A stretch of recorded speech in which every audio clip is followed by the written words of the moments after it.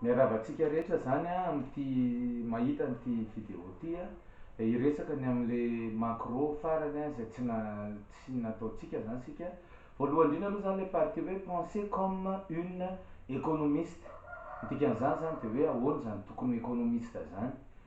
Voalohany indrindra aloha un économiste doit être d'abord un scientifique, zay aloha voalohany indrindra. Ary zany scientifique zany dia voalohany indrindra mampiasa méthode scientifique. Inona le méthode scientifique? Manao observation de aveo mamoaka théorie. Zay aloha zany voalohany indrindra. Ohatran'ny hoe Keynes ohatra nanao observation mikasika ny crise de 1929, inona marina nitranga tao de nahita izy hoe vokatry ny insuffisance de la demande de misy an'le crise de surproduction, tsisy mpividy ny entana, tsy faible ny consommation, de faible koa zany natria an'izay zany le de lasa le entreprise zany am'izay fotoan'izay manakatom-baravarana dia ny hafarany zany dia niteraka chômage accru, chômage tsy hita mono. Zay zany ny zava-misy tamin'izany fotoana zany. Keynes zany aveo namoaka théorie hoe il faut donc relancer la demande amin'ny alalan'ny déficit budgétaire sy ny création monétaire. Zay zany no hitan'ny Keynes tamin'izay fotoana zay. Faharoa, zany économiste zany koa amin'ny maha scientifique anazy de mila mametraka hypothèse. Ny hypothèse de natao indrindra mba hisimplifiena n'ilay étude, mba hanatsorana n'ilay étude, c'est pour simplifier l'étude. Zay zany ny ilana n'ilay hypothèse. Mila mametraka hypothèse ny économiste satria sarotra le étude satria ny olona rehetra eto ambonin'ny tany de manao activité économique daholo, sarotra be zany ny anaovana étude an'ireo olona tsirairay avy ireo, ny entreprise rehetrarehetra eto ambonin'ny tany ka zay hoe c'est pour simplifier l'étude il faut mettre une hypothèse. Faharoa manarakaraka zany ny antony ametrahana hypothèse ihany koa de hoe mba ahafahan'ny olona zany mino sy manaiky ny fahamarinana ny théorie zay avoakanao pour que votre théorie soit acceptée par tout le monde. Zay zany ny antony mahatonga an'ilay hoe mila mametraka hypothèse. Ohatra amin'izany zany zao hoe ao anatiny sur le marché ohatra zany pour expliquer le phénomène du marché, on prend seulement deux agents économiques, c'est le producteur et le consommateur. Mba ahafahana manatsotra an'ilay étude zany am'izay fotoana zay. Ao ihany koa ohatra hoe pour expliquer aussi le fonctionnement du commerce international, on va mettre l'hypothèse que qu'il y a seulement deux pays avec deux biens. Ohatr'izay ohatra zany zao nataon'ny David Ricardo tamin'ny fanazavana an'ilay hoe théorie des avantages comparatifs, dia naka firenena anankiroa izy, i Portugal sy Angleterre, ary naka bien anankiroa dia ny vin sy ny drap.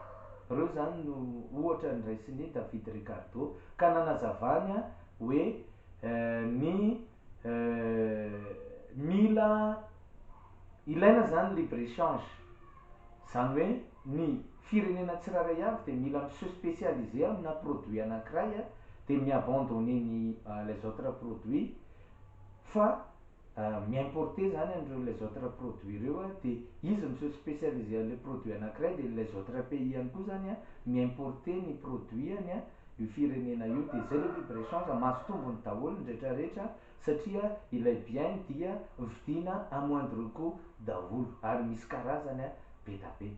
Zay zany mikasika an'iny mametraka hypothèse. Fahatelo, modèle économique. Tsy maintsy mametraka manao modèle économique ihany koa ny économiste amin'ny maha scientifique anazy, zany atao hoe modèle izany zany de zao hoe échantillon, il faut prendre donc une échantillon qui peut expliquer le phénomène économique, le fonctionnement de l'économie en général.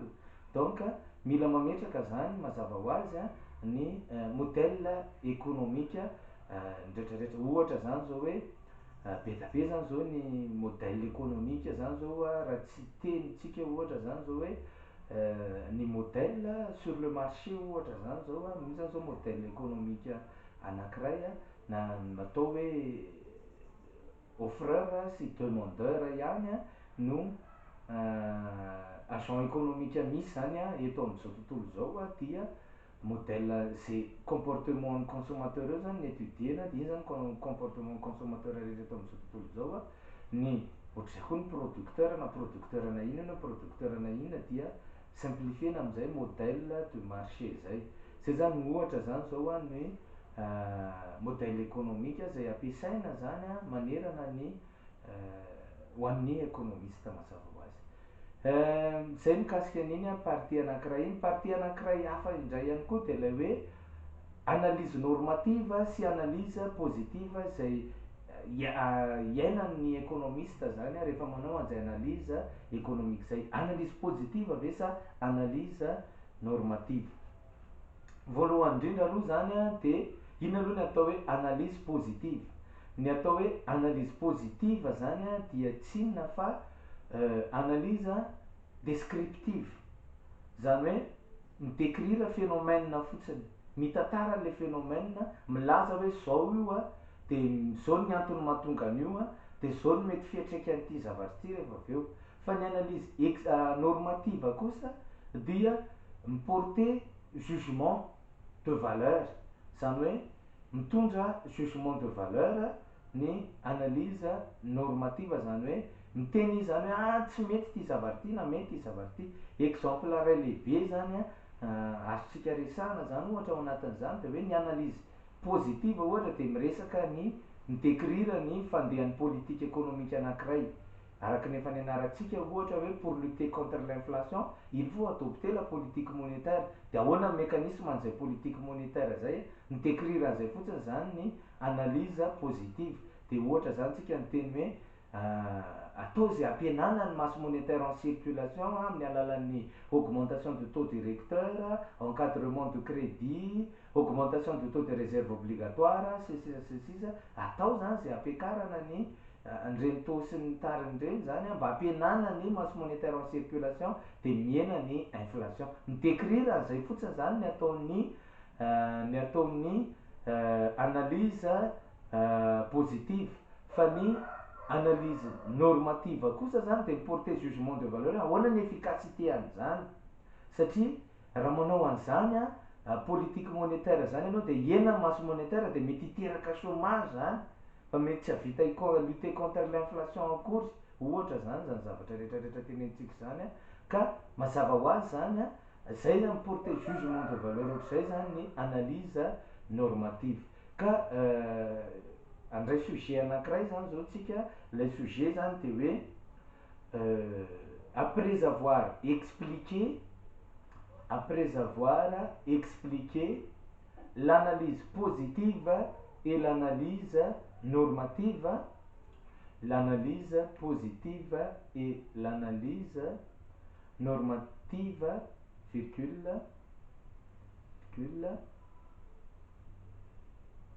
illustrer avec des exemples concrets, illustrer avec des exemples concrets, illustrer avec des exemples concrets le mécanisme de ces deux types d'analyse, le mécanisme de ces deux types d'analyse ainsi que leur lien dans l'analyse économique, ainsi que leur lien dans l'analyse économique. C'est ça les sujets dia ny amalintsika anazy zany mazava ho azy araka le resahantsika teo de zao hoe les analyses positives tentent de rendre compte de ce qui est, c'est-à-dire de rendre compte des choses telles qu'elles sont.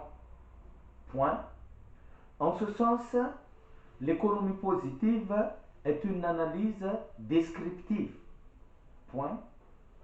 Elle essaie, en prenant compte un maximum de données, d'expliquer pourquoi les choses sont telles. Donc, c'est une analyse affranchie de tout jugement de valeur. Point. L'économie normative repose sur un jugement de valeur. Point. Il ne s'agit plus de décrire ou de prévoir, un phénomène, mais de l'évaluer. Ça va dire? Point.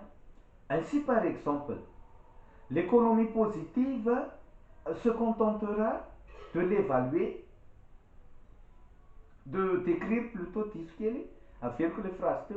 Ainsi, par exemple, l'économie positive se contentera de décrire les effets d'une politique économique, alors que l'économie normative jugera de son efficacité.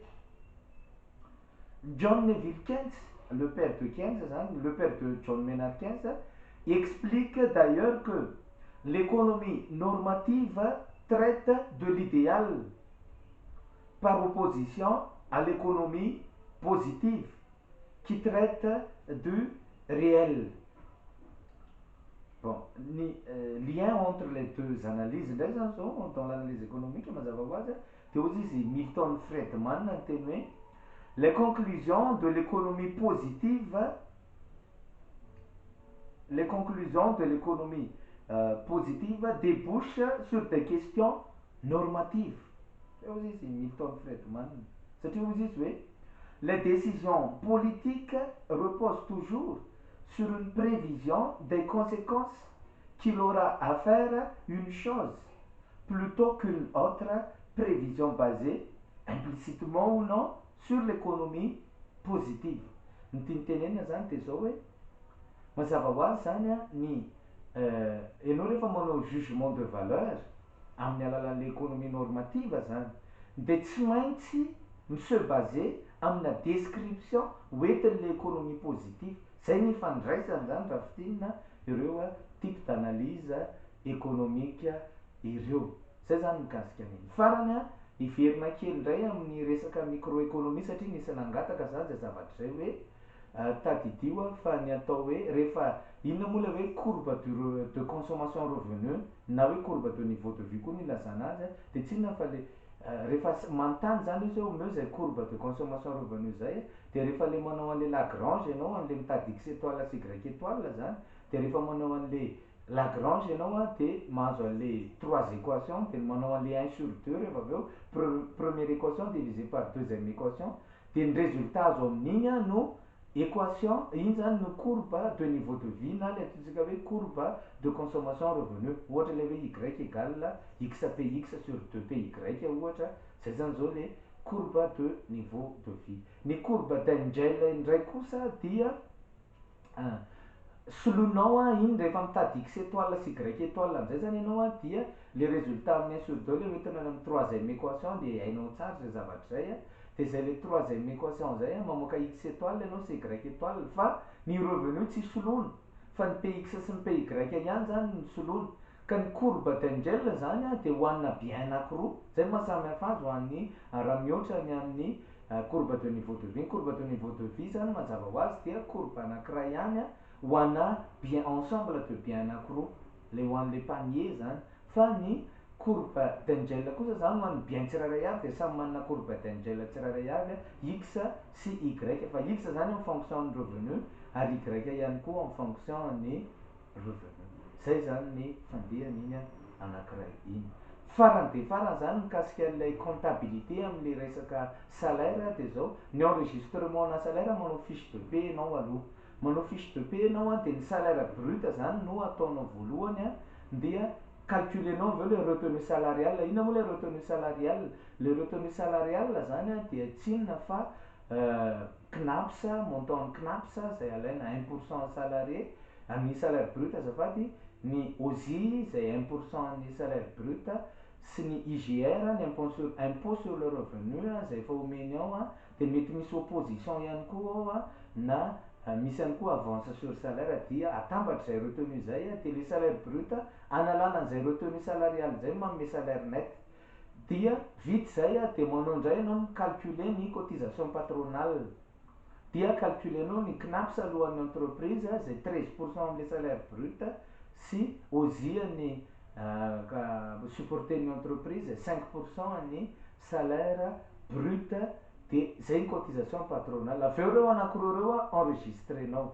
Ny fomba fienregistrena le fiche de paie le voalohany zay nitenentsika teo ho an'ny salarié dia le salaire brut no any amin'ny débit, iny zany a 641 numéro de compte any amin'ny débit, de ny ambiny rehetrarehetra CNAMS, OSI, IGR sy ny sisa miampy le salaire net, numéro de compte salaire net 421 antsoina hoe personnel rémunération due, de zay zany numéro de compte npean'iny izy teo an'ilay salaire net.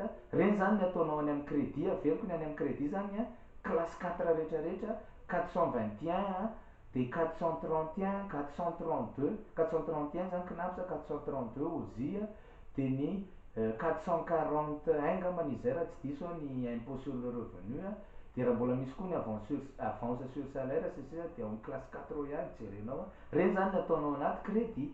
Mazava ho azy ny débit tsy maintsy égal la crédit ou le salaire brut égal le salaire net zany plus an'ilay retenu salarial rehetrarehetra. Vita zay enregistrenao ndray ny ataonao idem ndray zany manao opération vaovao ndray anao anatin'le journal dia enregistrenao ndray zany no mikasika ny cotisation patronale de l'entreprise ka 64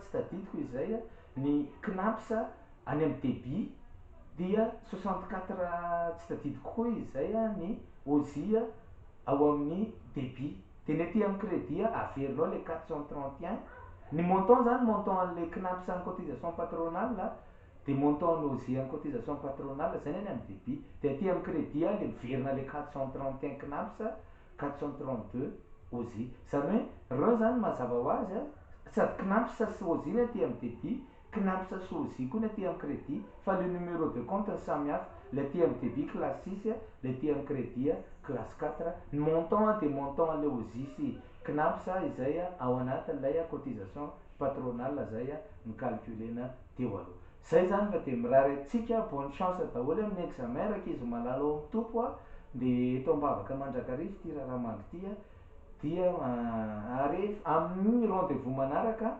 amin'ny 1er août zany amin'ny andron'ny baka latsinainy io ho an'ny groupe lundi de ny talata 2 août zany mardi io ngamba raha tsy diso talata ny baka zany ho an'ny groupe mardi tsy miova ny toerana mahazatra ihany sura daholo.